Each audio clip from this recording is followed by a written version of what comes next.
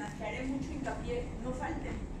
La razón es que primero abordaremos, como todos los años, trato de remasterizar un poco las clases agregándole los conceptos nuevos y especialmente ahora indicaciones de biopsia renal y manejo de muestras, así como los enfoques para el diagnóstico clínico patológico por patrones morfológicos tendrán cierta modificación basado en el reciente artículo de estandarización para reportes de glomerulonefritis. Entonces, lo que teníamos ya tradicionalmente de indicaciones de biopsia renal y manejo de muestras es siempre nuestras primeras clases. Especialmente tomen en consideración dos cosas. Las clases están ideadas para nefrólogos y para patólogos. Por lo tanto, hay cosas que probablemente a los nefrólogos les parecen muy básicas, pero para nosotros los patólogos son fundamentales de entender y viceversa. Sobre todo el manejo de la biopsia renal para los nefrólogos es una parte que hay que desglosar claramente, porque es donde se comete la mayor cantidad de errores para un resultado adecuado. Anatomía e histología renal es una clase que también veremos posteriormente, especialmente porque hay muchos detalles de la histología renal, no necesariamente glomerular, que generalmente desconocemos como patólogos generales y como nefrólogos, porque desde el punto de vista de los clínicos están muy expuestos a las lesiones morfológicas, pero pocas veces saben de la histología normal. La tercera clase, no tercera, el tercer punto, que es como la quinta clase, es una clase extraordinariamente importante, es probablemente la parte medular del curso, los patrones morfológicos de lesión renal y algoritmos de interpretación de biopsia, que no solamente implican los patrones glomerulares de lesión, sino los de fluorescencia, los de microscopía electrónica y los de las lesiones tubulentas sociales. Mira, sí. Okay. Las posteriores clases, después de haber visto patrones de lesión, veremos los síndromes nefrológicos. Primero el nefrótico, sin depósito de complejos inmunes, que incluye todas las positopatías, se ven como en 5 clases todas las positopatías. Las glomerulopatías primarias causantes de nefrótico por complejos inmunes, la membranosa, membranoproliferativa, nodulares, entre otras. Las primarias causantes de hematuria, proteinuria, donde además de la IgA vamos a ver ALPOR de enfermedades de membranas basales delgadas y otros ejemplos como son las postinfecciosas. Es demasiada tecnología para mí, ¿verdad? Gracias. Finalmente, de la parte glomerular abarcaremos las secundarias, dentro de las cuales vamos a incluir gamapatías monoclonales, depósitos organizados, lesiones asociadas a HIV, que ahora tenemos una clase específica por los 2 nuevos artículos que salieron de lesiones asociadas a HIV, y las secundarias a enfermedades sistémicas como son las autoinmunes. Un detalle importante es que vamos a incluir después de las autoinmunes todas las vasculitis, será una de las clases prácticamente ya en la tercera parte del curso. La siguiente. Finalmente vamos a abarcar la nefropatía diabética, que generalmente la asumimos un poco por la relación con las valvulares, las microangiopatías trombóticas y esta vez vamos a dar 2 clases de enfermedad renal asociada al embarazo. La doctora Alejandra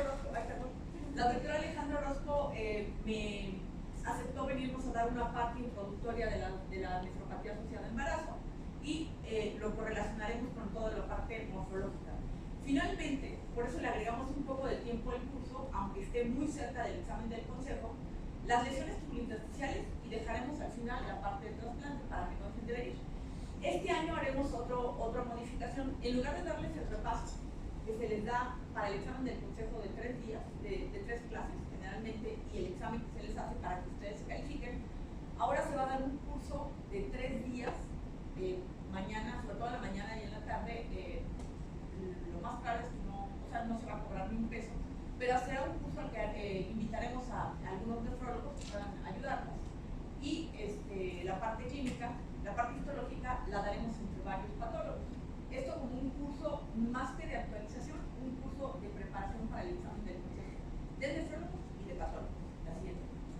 Muy bien. Iniciando siempre el curso, hacemos la misma reflexión. La parte de la nefropatología como parte especial de la patología general es un área poco manejada por el patólogo general porque está altamente influenciada por la parte clínica. Desde el punto de vista histológico, inicialmente la nefropatología es más sencilla para el nefrólogo. Y espero que nadie lo esté grabando y después lo suba, porque no lo repetiré otra vez en público. Es más sencillo para los nefrólogos que para los patólogos. La razón es que están ustedes extraordinariamente desde un inicio más familiarizados que nosotros. Nosotros los patólogos generales somos formados en casi cualquier parte como patólogos oncólogos. Y entrar a un área tan específica, no neoclásica, nos cuesta mucho trabajo. Por eso, desde ese punto de vista, es probable que el nefrólogo, que se ve expuesto a la interpretación de biopsias en lugares donde no hay nefropatólogos, tenga que ser muchas veces el que tenga que evaluar el material. De ahí la importancia de que si no salen ustedes como expertos, por lo menos tengan una excelente noción de lo que son las lesiones. El área de nefropatología, como todos los que han tratado con nosotros, sabemos que aparte de la parte diagnóstica, que es la fundamental, es altamente importante para la enseñanza. El uso de los casos ya diagnosticados con historia y evolución de la enfermedad nos sirven para enseñanza, y muchos de los casos ya categorizados por grupo nos sirven para investigación. Siguiente. Siempre comenzamos dándole valor al área específica de la que estamos hablando. Esto está más encaminado hacia los patólogos que desconocen totalmente por qué es tan importante la nefropatología. La nefropatología ha tenido un despertar a partir de los últimos 15, 20 años, tomando en consideración que antes de este tiempo los pocos patólogos renales que había en México y en general en Latinoamérica eran patólogos generales que por hobby les gustaba ver niños con tal vez muy poca expertise en esta área. El problema que tenemos, no en México, pero solamente en todo el mundo, es que la enfermedad renal crónica es probablemente el problema de salud o la lesión, o la enfermedad crónica que está costando más dinero para todos los sistemas de salud en el mundo. Tal vez equiparable o probablemente ya rebasando a las lesiones oncológicas. El problema es que la prevalencia de la enfermedad renal crónica se ve afectada por la incidencia y por la manera de recolectar los casos para las casuísticas.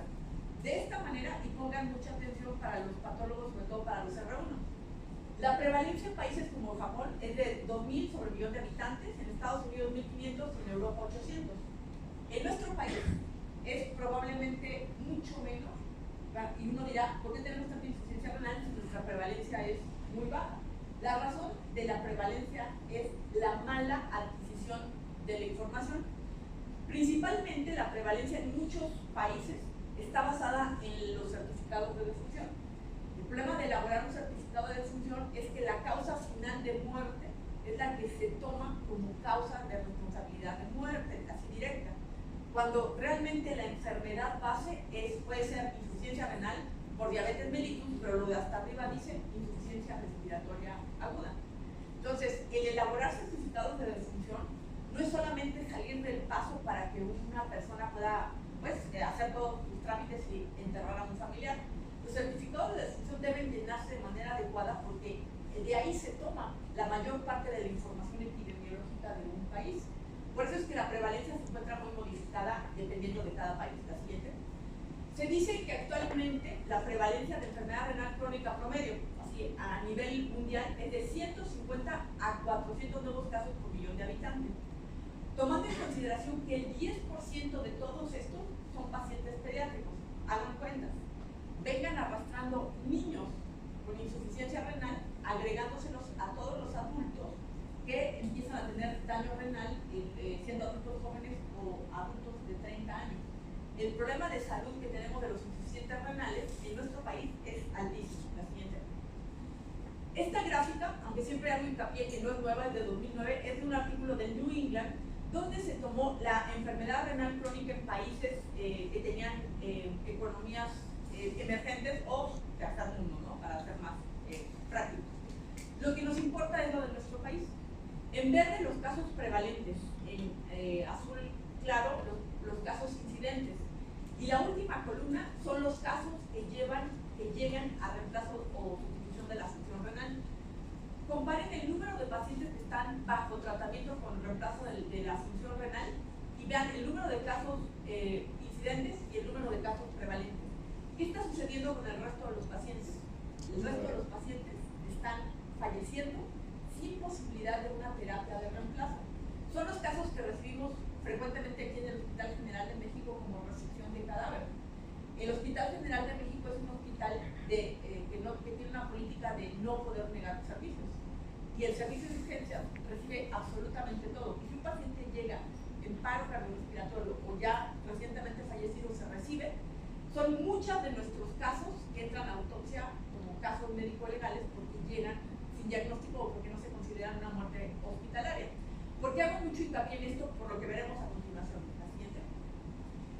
¿Por qué ha incrementado la enfermedad renal en México? Bueno, porque hay mayor expectativa de vida, ahora los adultos vivimos más años, pero especialmente porque ha incrementado importantemente 3 enfermedades: diabetes, hipertensión y la que está prácticamente a pasos agigantados llegando a los primeros lugares, obesidad. Somos el primer país de obesidad infantil, el segundo país de obesidad en adultos y el primer país en obesidad de mujeres.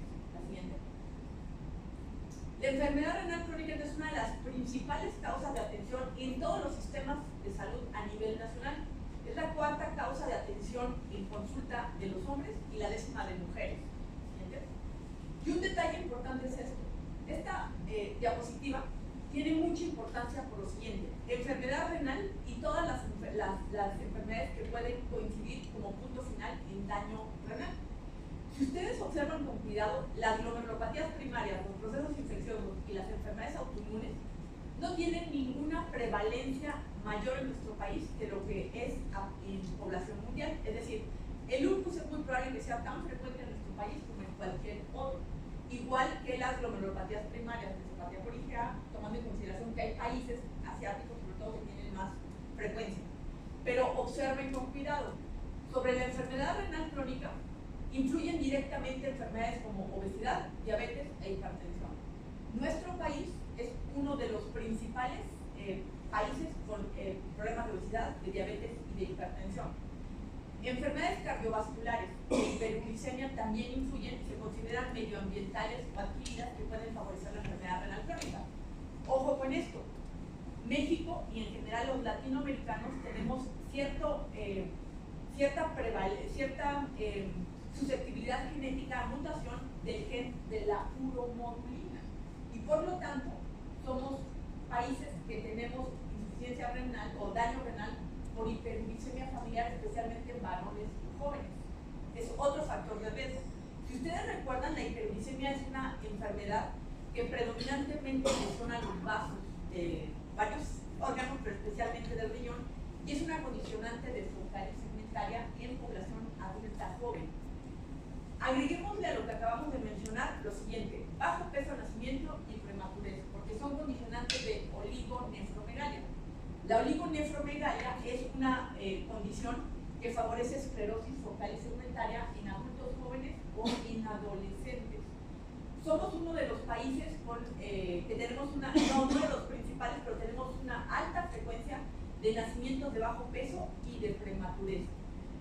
Y finalmente, también somos campeones en este último apartado: uso indiscriminado de medicamentos, recientemente un poco más regulado, tóxicos medioambientales. Hay poblaciones en nuestro país, como Tierra Blanca, Veracruz, que es probablemente la parte del mundo con la principal incidencia de insuficiencia renal prácticamente en el mundo.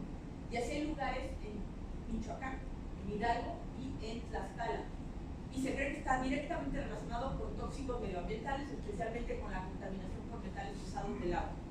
Y el uso de productos milagro, que si bien últimamente han sido regulados un poco más, siempre se encuentra la forma de seguirlo sacando al mercado. Si concluimos entonces, entendemos por qué tenemos un verdadero problema de salud. Es importante que los patólogos tomemos en consideración lo siguiente, porque no estamos tan involucrados en esta área. Los nefrólogos lo saben, o lo sabe cualquier persona que tiene contacto con un paciente con insuficiencia renal. Un paciente con insuficiencia renal crónica es una bola de nieve, que con el tiempo se va haciendo más grande y va abarcando a todo el núcleo familiar, va consumiendo todos los recursos prácticamente de la familia, todo el tiempo de la familia, desgasta emocionalmente pues, prácticamente a todo el mundo. Pero un detalle importante es que a nivel de población, a nivel de país, consume prácticamente el 40% del presupuesto destinado para salud del país, si no es que hasta un poco más. Entonces, el 40% del presupuesto, lo que significa que y además son recursos totalmente insuficientes. La siguiente. Cuando hablamos de los tipos histológicos de glomerulopatías primarias, con distribución a nivel mundial, sabemos que no son tan diferentes en nuestro país. La nefropatía por IgA sabemos que es más frecuente en los países asiáticos, es rara en África y es no tan frecuente en Latinoamérica. Sin embargo, también se sabe que en países como el de nosotros, la baja frecuencia o que no sea la principal causa de glomerulopatía en casuísticas hechas en biopsia, tiene mucho que ver con el subdiagnóstico de la nefropatía por IgA. Muchos de los casos de Mexicali que se han estado biopsiando de manera rutinaria en el Hospital General de Mexicali de la Secretaría de Salud y que hemos tenido oportunidad de verlo, han llegado al nefrólogo tratados como tuberculosis de vías urinarias.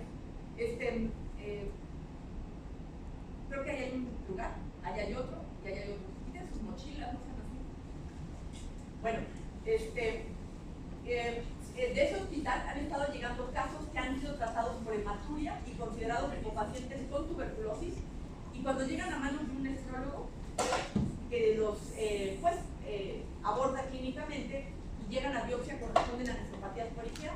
En esos hospitales, por ejemplo, ha estado incrementándose la frecuencia de nefropatía por IgA, lo que significa que el subdiagnóstico tiene que ver con la baja cantidad de nefrólogos que hay para la población general. Todos estos pacientes con hematuria son abordados por urólogos, por médicos generales, por médicos internistas, y como una de las principales causas de hematuria en nuestro país anteriormente pues eran infecciones, sobre todo aquellas que son de difícil control como la tuberculosis, pues se daban como pacientes que tenían estas características. La esclerosis focal y segmentaria, sin lugar a dudas, es la enfermedad glomerular primaria más frecuente en nuestro país y en Latinoamérica en general, tomando en consideración que muchos de los diagnósticos de esclerosis focal y segmentaria están categorizados así porque son pacientes que están cicatrizados de enfermedades previas y que por la falta de infraestructura para el manejo de biopsia renal quedan solamente con un patrón morfológico. Finalmente, las glomerulonefritis proliferativas son mucho más homogéneas en prácticamente todo el mundo. Las membranoproliferativas, las proliferativas difusas. Fíjense, las casuísticas más grandes que hay, y ninguna es del todo reciente, dan por hecho que la nefropatía por IgA en prácticamente todos los grupos que se han reunido para apuntar causas de glomerulopatías primarias es la causa más frecuente de enfermedad renal, con excepción de este autor, que si se fijan por el puro apellido, ocupa población prácticamente de adultos para las biopsias que son pues de raza blanca. En ellos, la glomerulonefritis membranoproliferativa es la causa más frecuente. La siguiente. Un detalle importante es que las glomerulopatías secundarias son frecuentes, vean, muy variables, desde el 9 hasta el 29% en países en desarrollo. ¿Por qué hay tanta diferencia en la frecuencia de la nefropatía diabética? La diferencia tiene que ver si las casuísticas son tomadas de autopsias o si son tomadas de biopsias. ¿Por qué es esta diferencia? Porque los pacientes con diabetes mellitus frecuentemente no llegan a biopsia.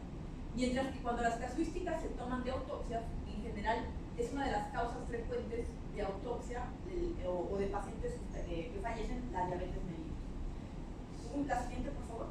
Muy bien. Fíjense, pongan mucha atención a lo que les voy a comentar, porque tienen de ser muy inteligentes cuando revisen artículos de casuísticas de prevalencia de enfermedad renal. Si los estudios histopatológicos son tomados de biopsia, la siguiente pasa lo siguiente. La siguiente, muy bien. Hospital General de México, que es la referencia que tenemos, año 2009, 72 biopsias en el año. 2015, 2.532 biopsias en el año. Es decir, incrementó de manera exponencial el número. Este estudio de la tesis de la doctora Regina Hernández cortó aquí, pero se siguió algunos años después. La siguiente. Tenemos un buen número de biopsias, 3.162 casos acumulados hasta 2015. De estas biopsias, el 40% eran trasplantados, el 60% riñones nativos. Ahora vean lo siguiente. Puedo decir que es una casuística con una distribución nacional bastante buena. En ese tiempo se recibían biopsias con mensajería de la mayor parte de los estados de la República, aún sin convenio. Entonces teníamos un buen muestreo. La siguiente. Vean lo que sucedía. La principal, le puedo decir dando las fechas, la principal causa de diagnóstico de enfermedad o de glomerulopatías en estudios de biopsia, sin lugar a dudas, esclerosis focal y segmentaria, con porcentaje bastante alto, el 27.83%. La siguiente, lupus eritematoso sistémico. El lupus no es una enfermedad tan frecuente en población abierta, en población general. Sin embargo, es una causa importante de indicación de biopsia renal. La siguiente. Vean la gravedad de lo que les estoy mostrando. Tercera causa de diagnóstico en estudios de biopsia. NTI. Para no ir muy lejos, estamos hablando de una lesión que generalmente tiene relación con el uso de factores externos. La tercera causa de diagnóstico. Cuarta causa, nefropatía periférica. Quinta causa, diabetes mellitus. La siguiente. Las podocitopatías, que es la causa más frecuente de enfermedad renal, estaban relativamente distribuidas como en la mayor parte del mundo. La causa más, el patrón nosológico más frecuente es la esclerosis focal y segmentaria variedad no, tomando en consideración que es un patrón que es terminal para muchas lesiones, no necesariamente podocitopatías. La siguiente, por favor. Llamámonos al 33% de los casos de focales y segmentarias basadas en el hecho de que el patrón morfológico podía demostrar sinergias en la parte periférica de los glomérulos o en diferentes puntos simultáneamente. La siguiente. Las podocitopatías sin esclerosis, especialmente las lesiones de la punta, el 29% de los casos. Tomando en consideración que son causas importantes de síndrome nefrótico o de proteinurias masivas, es entendible que lleguen fácilmente a indicación de biopsia. La siguiente. Las glomerulopatías colapsantes, el 8% de los casos. La siguiente. La glomerulonefritis lúpica en estudios de biopsia tiene una distribución muy parecida al resto del mundo. Las causas proliferativas son las más frecuentes en estudios de biopsia. Ya veremos que en las autopsias no sucede así, combinadas también con la clase 5. La siguiente.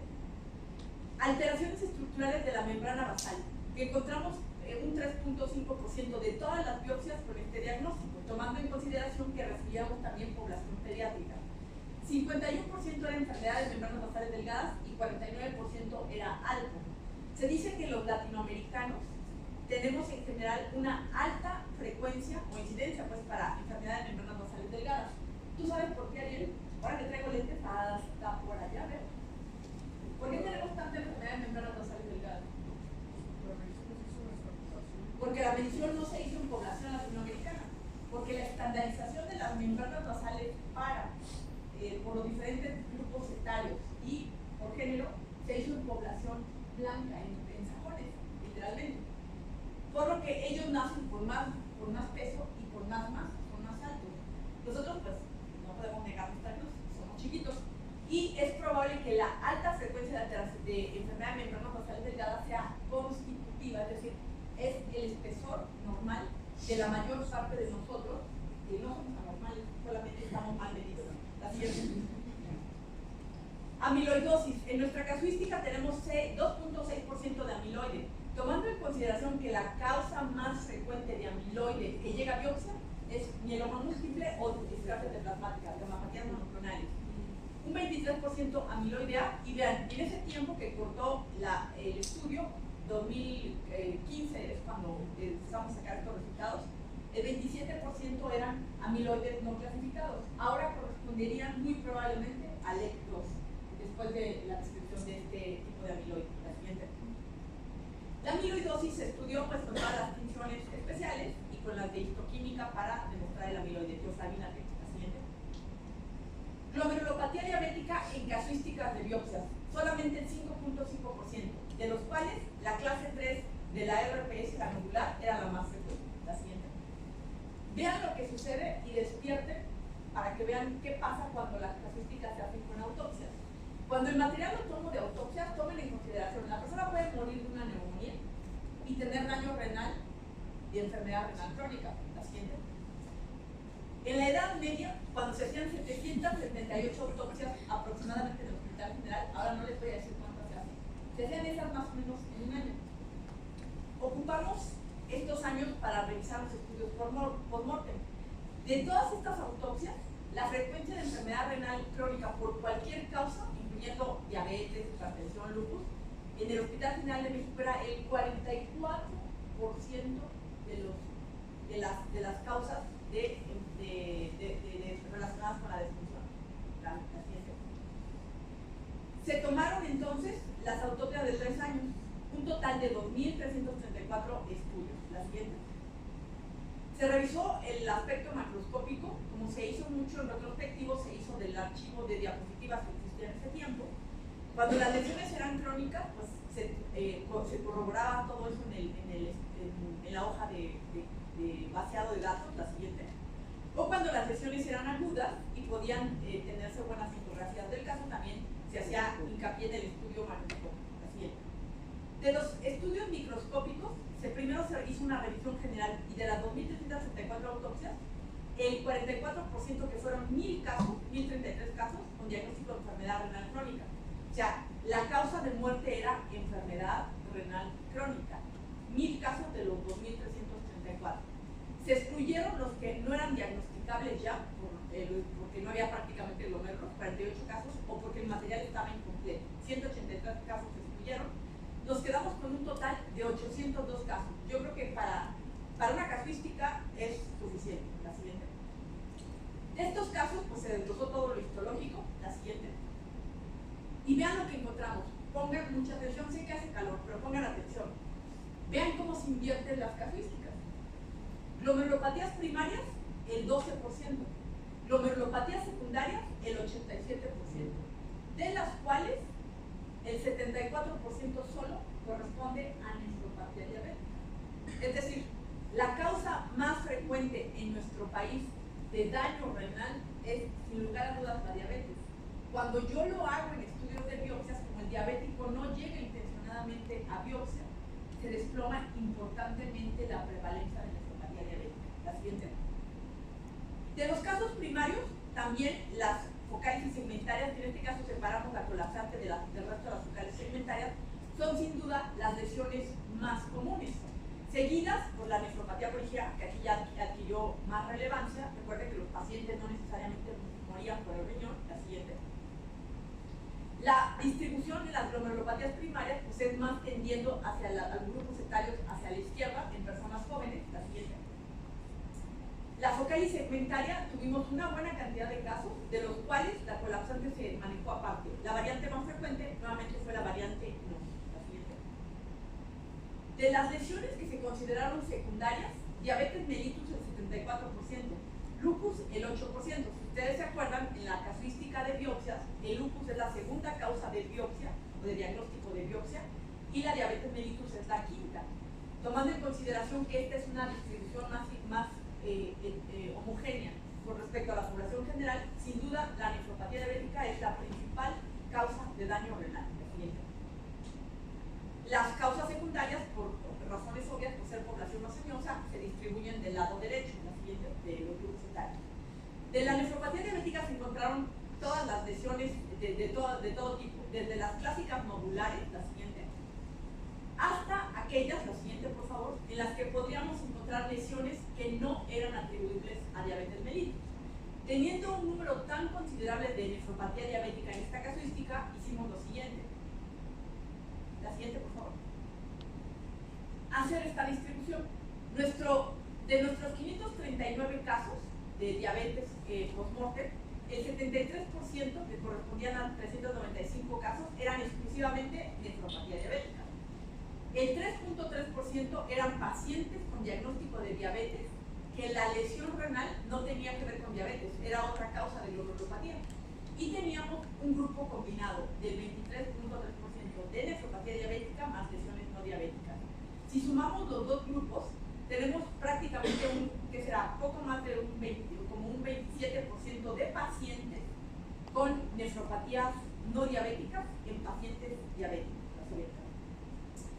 La nefropatía no diabética más frecuente, la siguiente, las flechitas, son sin duda las lesiones focales, las lesiones focales segmentarias.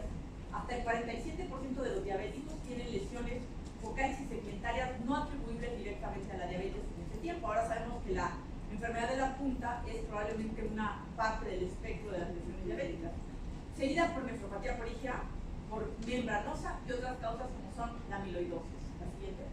Este es uno de los casos que encontramos, una variante celular en una glomerulosclerosis nodular diabética. La siguiente.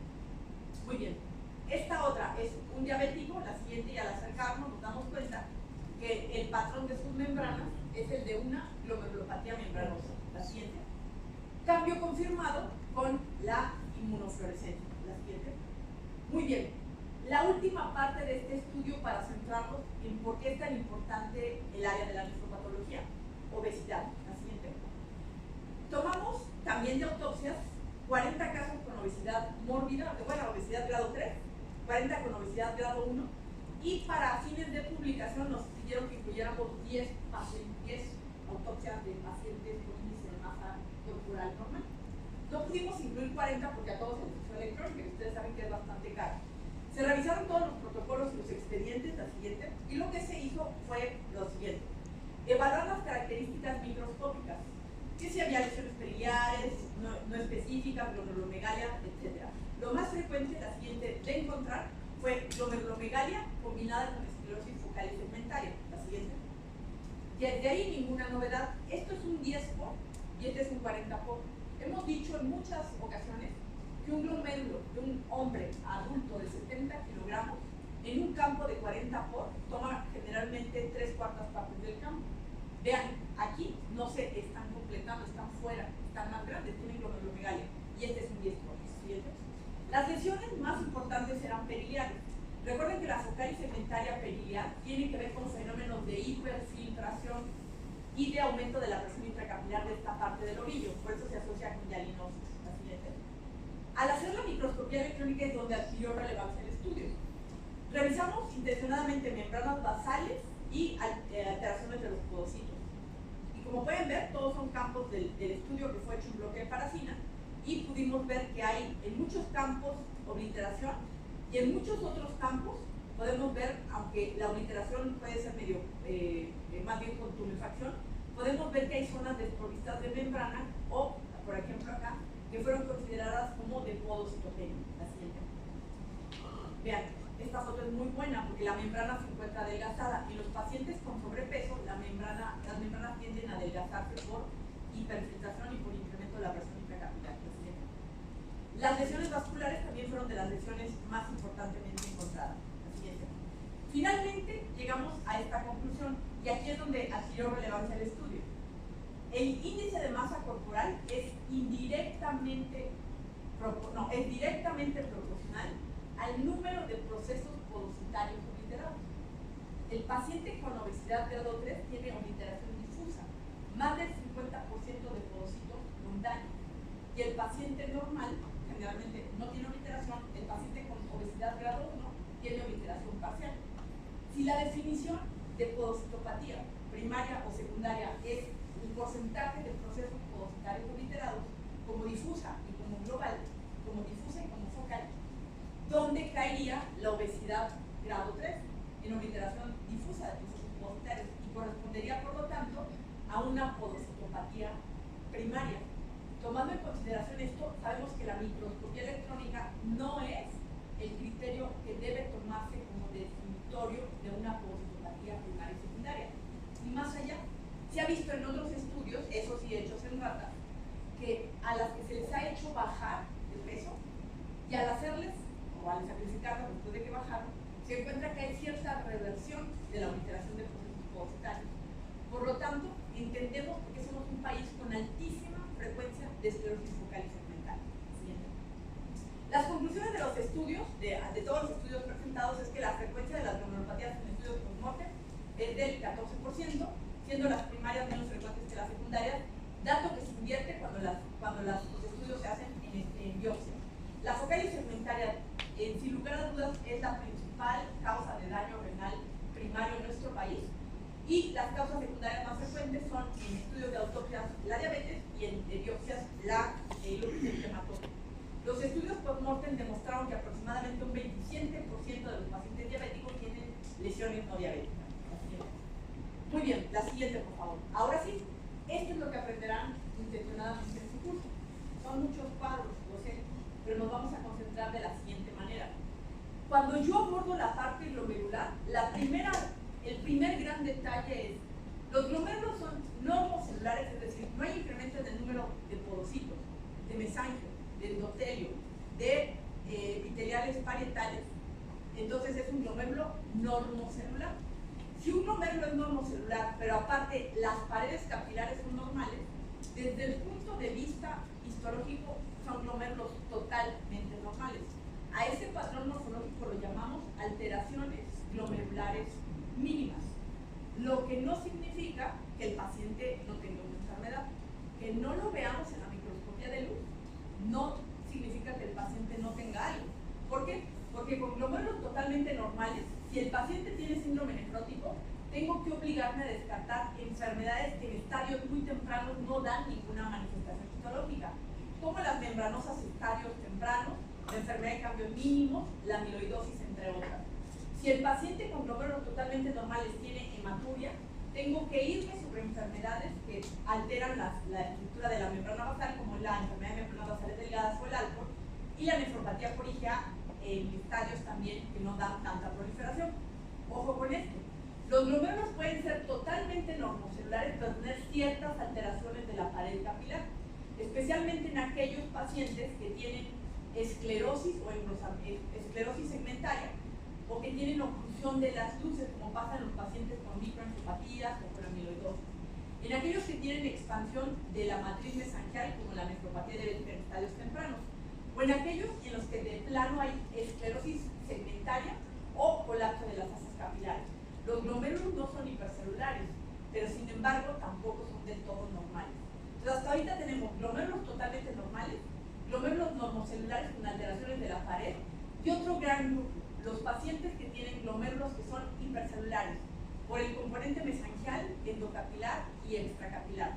Si hacemos estas tres grandes divisiones y nos apoyamos en nuestros estudios de inmunofluorescencia, tenemos una subclasificación que nos permite dividir a las enfermedades proliferativas en por complejos, por complemento o, en su defecto, por sin depósitos de inmunoglobulinas, que pueden estar o no relacionados con lesiones de tipo autoinmunes o de formas microangiopáticas o defectos de las o daño microangiopático. La siguiente. ¿Por qué es importante esta división y por qué es importante esta parte del manejo de la biopsia renal? La biopsia renal tiene tres grandes estudios que deben ser en condiciones ideales, tenerlos todos los pacientes. Si un paciente se le está estudiando su riñón nativo, lo que es básico, no es reemplazable, es la microscopía de luz y la fluorescencia. Son dos estudios que no son opcionales. Siempre va a tener prioridad en cantidad de tejido la microscopía de luz y posteriormente la fluorescencia. Si no tengo la posibilidad directa de hacer microscopía electrónica, porque no tengo el acceso a microscopio electrónico, y después se da uno cuenta que el estudio requiere microscopía electrónica, de este bloque de parafina se puede realizar la microscopía electrónica con muchos bemoles, porque no es de buena calidad, pero puede realizar. La microscopía de luz debe tener cuando menos un cilindro que tenga 12 glomérulos para la mayor parte de las enfermedades, e idealmente que sea tipo medular. Para la mayor parte de las enfermedades, sobre todo para específicas como esclerosis focal y segmentaria, el número mínimo de glomérulos que debe haber en la microscopía de luz, siento decirles, queridos, que es 25 glomérulos. Ustedes nos quieren dar 10 y de ahí que saquemos todo. ¿Qué posibilidades con 10 glomérulos en la microscopía de luz tengo de hacer diagnóstico de esclerosis focal y segmentaria? Una tercera parte de los casos. Lo que significa que 2/3 partes de casos quedan fuera del diagnóstico de esclerosis focal y segmentaria, y entenderemos después por qué. La microscopía de fluorescencia ocupa cuando menos 5 milímetros. No es que necesitemos un número de glomérulos específico, se puede hasta un solo glomérulo. El problema es que menos de 5 milímetros al técnico que corta por congelación le cuesta mucho trabajo manejar una biopsia tan pequeña. Y la microscopía electrónica se requiere cuando menos 3 milímetros. Obviamente de todos que contengan glomérulos. La siguiente. Lo que les comentaba, si no puedo hacer electrónica de glutaldehido, la puedo sacar del bloque de parafina, tomando en consideración que al desparafinar un tejido que fue deshidratado previamente, el tejido pierde muchas de sus características que son morfológicamente evaluables, y la microscopía electrónica baja mucho de calidad. La siguiente. La utilidad de la biopsia renal, sin lugar a dudas, y ahí me van a disculpar los nefrólogos que son defensores del PLA2R, es el mejor método diagnóstico para identificar un proceso de lesión tisular. Estoy totalmente de acuerdo que si el paciente tiene PLA2R tienen síndrome nefrótico sin deterioro de la función renal, es altamente probable que tenga una glomerulopatía membranosa primaria.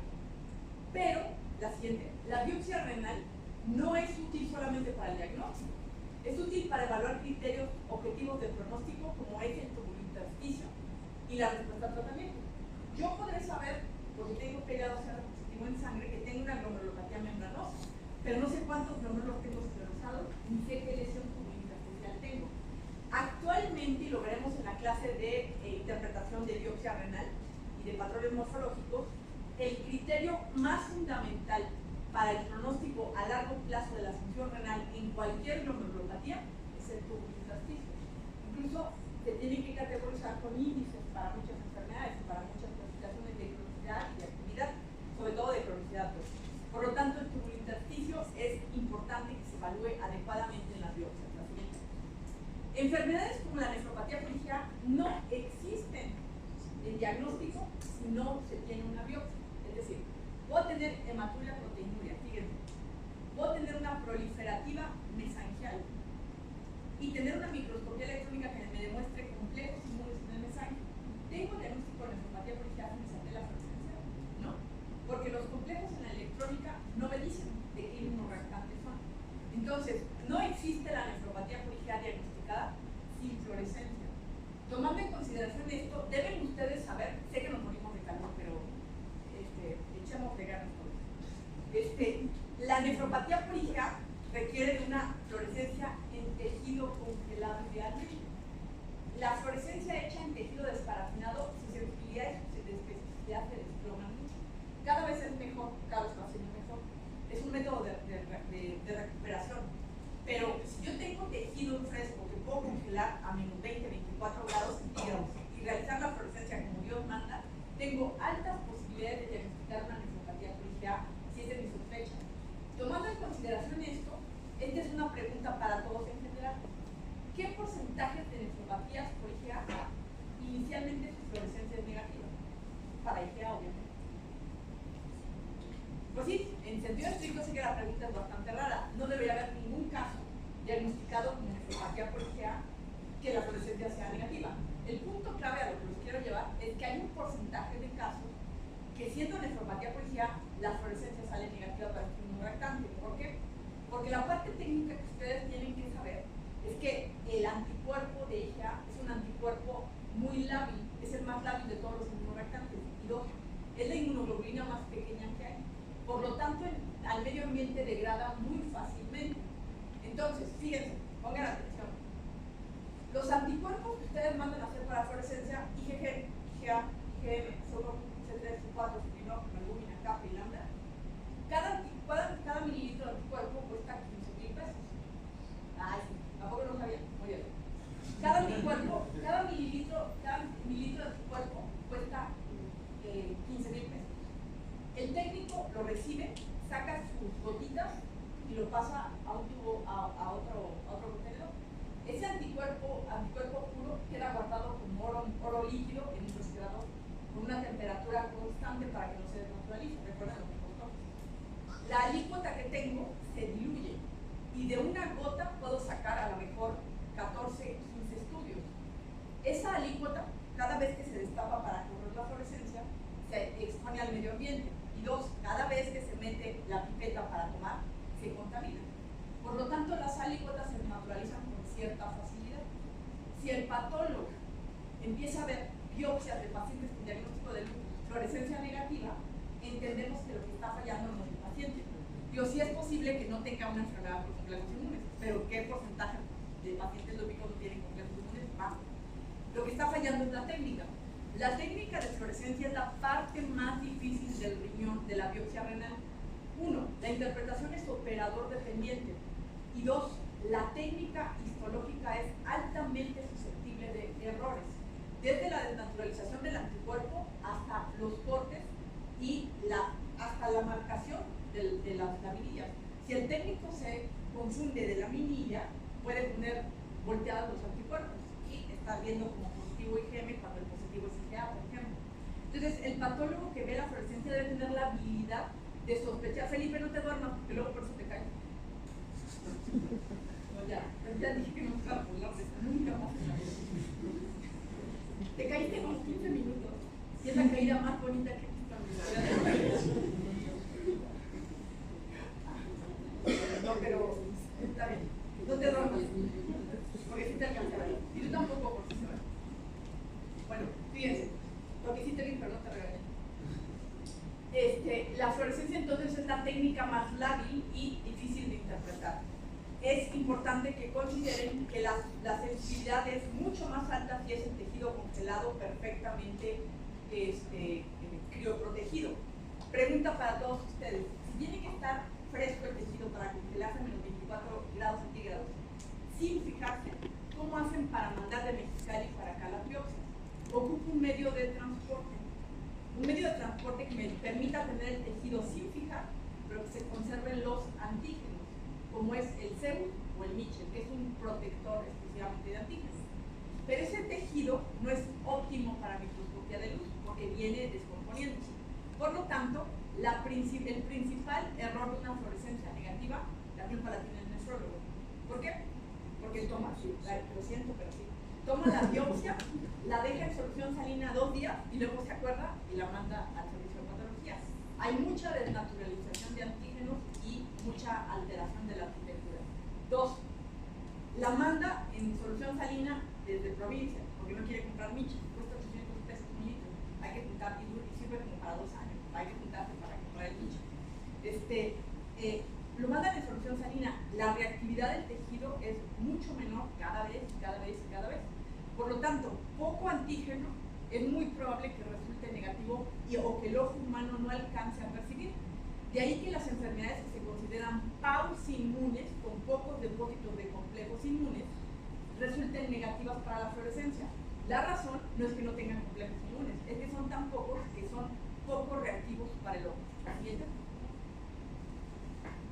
El valor de la biopsia renal en el trasplante, no solamente para determinar si el mecanismo de disfunción es inmunológico o no inmunológico, para saber la terapéutica inmunosupresora y la correlación con otras variables clínico-patológicas. Muy bien, ¿cómo abordamos de manera adecuada la valoración de una biopsia? Esta es una opinión personal. Desde mi punto de vista, todos los patólogos generales deberían saber valorar biopsias por transiluminación. Una biopsia renal no debe valorarse por estudio transoperatorio. ¿Por qué? Porque al congelar el tejido lo lesiona. Y para microscopía de luz, Flor, no te duermas. Y para microscopía de luz, baja mucho la calidad. El tejido de fluorescencia, el tejido de la biopsia renal se valora en fresco por transiluminación. Es ponerlo sobre una laminilla, enjuagarlo con un poco de solución salina para quitarle la sangre. Salina, nunca debe ser agua inyectable porque se revienta el tejido, se lesiona. Y después ponerlo a bajo aumento en el microscopio convencional o en un estereoscópico para contar el número de glomérulos. Si ustedes le suben toda la luz, como el clásico experimento que le ponían en la primaria de ponerle una lámpara al huevo para ver cómo transiluminaba, más o menos podemos ver el número de glomérulos y los adivinamos por un detalle, porque tienen eritrocitos en el interior, entonces se ven esferas con eritrocitos.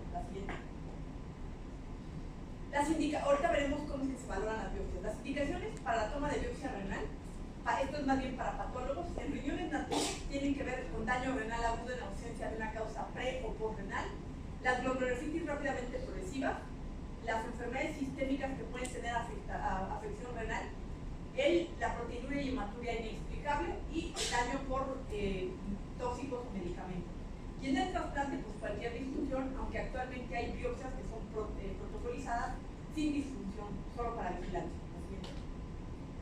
Las contraindicaciones de una biopsia, pues antes eran muchas, actualmente casi todas se pueden controlar, prácticamente con excepción de los riñones muy pequeñitos, para no lesionar estructuras vasculares, y la poliquistosis, que tampoco pues, es sencilla o lenonefrosis, la siguiente de biopsia. Riñones de este tamaño, pues primero quiero que los encuentren, ¿no? Después que los biopsien. La siguiente. Riñón en nervadura es un problema. ¿Por qué? Porque lesionar. No, mejor no. O sea, mejor nunca lo intenten. La siguiente. Poliquistosis. Piquen un quiste y quiero ver qué sucede. La siguiente. Complicaciones. Y esto es para los patólogos. La más frecuente es la hematuria. Es incluso común que suceda.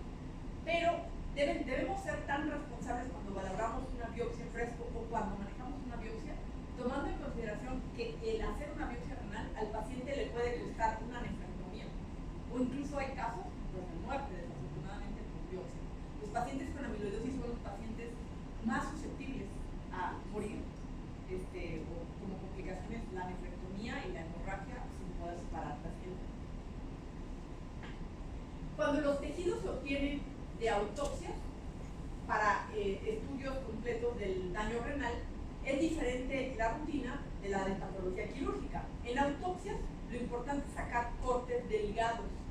No, ojo para los R1. Si ustedes agarran el riñón completo, los dos riñones, y los avientan hacia el formol, como normalmente acostumbran en algunos lugares, y los aquí, por supuesto, lo que sucede es que todo el tejido se descompone. Luego sacan su corte a la mitad para tomar la foto 2 días después, y el tejido por dentro está fijado. El formol penetra 1 milímetro de espesor al día. Entonces, de afuera hacia adentro, lo que está fijado es solamente la superficie. Lo ideal es cortar el riñón, ponerlo a fijar y sacar cortes muy delgados, que son los que se van a trabajar en la microscopía de luz, para tener una adecuada morfología. Posteriormente, antes de ponerlo a fijar, obviamente, si están sospechando una enfermedad renal, lo ideal es tener tejido para fluorescencia. Para los R1 no necesitamos fluorescencia del riñón derecho y del riñón izquierdo. Si están sospechando una enfermedad por complejos inmunes, la misma está del lado derecho que del lado izquierdo. Entonces, solamente se manda una muestra para fluorescencia. Y lo más importante, si se tiene un diagnóstico previo de enfermedad renal donde haya causas familiares, es importante o ideal que se consiga glutaraldehído para fijar para tejido de microscopía electrónica. La patología quirúrgica, la mayor parte del material es por punción, tomando en cuenta que en algunos casos pueden entrar con inilumbo. La siguiente, por favor. Varios de los detalles. ¿Qué tipo de biopsias? Y esto es para los nefrólogos, como para que nos informemos todos. Las biopsias pueden ser en general incisionales.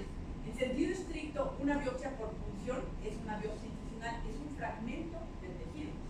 Las biopsias pueden ser incisionales, como llaman tanto a la nefrectomía. Digamos que ahí pues, ya fue completo el órgano. Las biopsias por punción o percutáneas pueden ser equivalentes a las de aspiración en otros órganos, que son por aguja. Y las transoperatorias son extemporáneas o por congelación. Por favor, si les urge mucho un diagnóstico, tomen 2 cilindros. Uno será congelado y bajará mucho la calidad para dar un diagnóstico ahí muy malo, pero bueno, bajará la calidad. Y el otro se irá al tejido participado de la siguiente. El análisis, vamos a ver cómo se hace, la siguiente. Más, un poquito más. Una más. Aquí. ¿Qué estamos observando? Cápsula, muy clara la cápsula, y la corteza. ¿Cómo sabemos que es corteza? Pues porque está llena de glomérulos. Y los glomérulos nos damos cuenta porque están rojos, tienen puntos rojos. Los puntos rojos son los eritrocitos.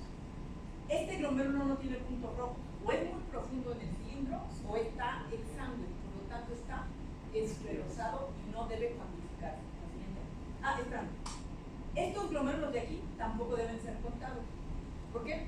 Porque están descapsulados, están incompletos. Al procesar es muy probable que el ovillo se desprenda y no aparezcan en sus glomérulos.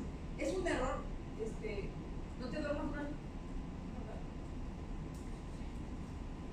Lo primero que me vino a la mente es tu apellido, porque es frecuente que cuando se cuentan los glomérulos en agujas de esas que ocupan los radiointervencionistas, que son súper flaquitas, muchos glomérulos vengan así agarrados de no me dejes, por favor. Y a la hora de que los cuentan, dicen 10 glomérulos. Y a la hora de los cortes, hay 5, 4, 3. Esos glomérulos no deben ser cuantificados en el estudio en fresco. ¿Por qué? Porque se van a desprender, están incompletos. La siguiente.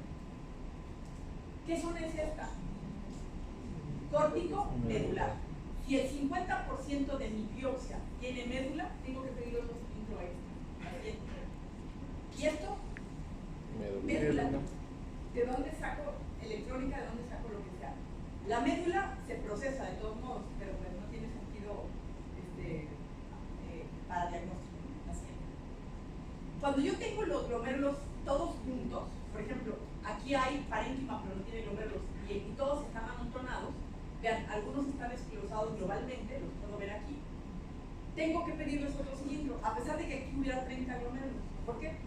Porque con la hoja de bisturí, al seccionar el cilindro, como están todos amontonados, voy a lesionar muchos glomérulos y mi cuenta va a bajar mucho. Entonces, lo ideal es estos cilindros que tienen los glomérulos tan amontonados, no cortarlos y pedir, si es posible, otro paciente. Más cerca, me doy cuenta que tienen eritrocitos en el interior. Hay glómerulos que no los tienen y están esclerosados. La siguiente. Esclerosados, vean, alcanzo a ver hasta los eritrocitos en los túbulos. La siguiente. ¿Qué se hace con la técnica histológica? Aquí es donde nos vamos a quedar, pero vamos a dar solamente una entrada. La siguiente. La técnica histológica, la microscopía de luz, 4 tinciones básicas, no son especiales. Yo sé que en muchos de sus centros hospitalarios el HI es lo único que hacen y lo demás lo manejan como tinciones especiales y tardan el tiempo en una tinción especial. En el riñón, lo ideal es no dar diagnósticos si no tengo las 4 funciones. ¿Por qué? Porque son complementarias y lo veremos en la siguiente clase. Hematoxilina y eosina, no es cierto, PASA, hematoxilina y eosina, tricrómico de Masón y metenamina de plata por la técnica de Jones. 2 pases, 2 HIE, un Masón y una metenamina de Jones es la rutina internacional. Cada laminilla debe llevar montados 2 cilindros, no más. No debe desperdiciarse un solo cilindro. Aquí me voy a quedar solo haciendo hincapié en una cosa. Cuando un técnico corta un útero, imagínate lo que es un útero, casi una chancla, ¿no? Y tengo un corte así. Generalmente el residente de patología lo mete así. Para que el técnico tenga una cara completa, hace esto, hasta que el tejido quede lo más recto posible. Si el técnico de riñón, o el técnico que no sabe cortar riñón, porque hay especialistas en cortar riñón, hace esto, hasta que el cilindro sale al completo, nunca se va a acabar, o sea, más bien, nunca va a tener ninguna función adecuada. En el riñón se corta un corte, se monta, se corta el siguiente, se monta. Por eso, ustedes deben saber que del primer corte al último, el número de glómerulos puede ser muy variable. No les sorprenda que en el primer HIE haya 4 y en la metenamina de plata haya 25 glómerulos. La única diferencia es el nivel por el que pasó el corte. Nosotros, cuando reportamos los glómerulos, reportamos el número mayor que hayamos encontrado. Si el bloque de parafina se lo llevan para que lo vea otro patólogo, cuando el técnico de ese otro patólogo corte, es probable que varíe también el número de glómerulos. No hubo una mala interpretación, simple y sencillamente depende de cómo se maneja el tejido. Aquí nos vamos a quedar. La siguiente clase es todo el manejo de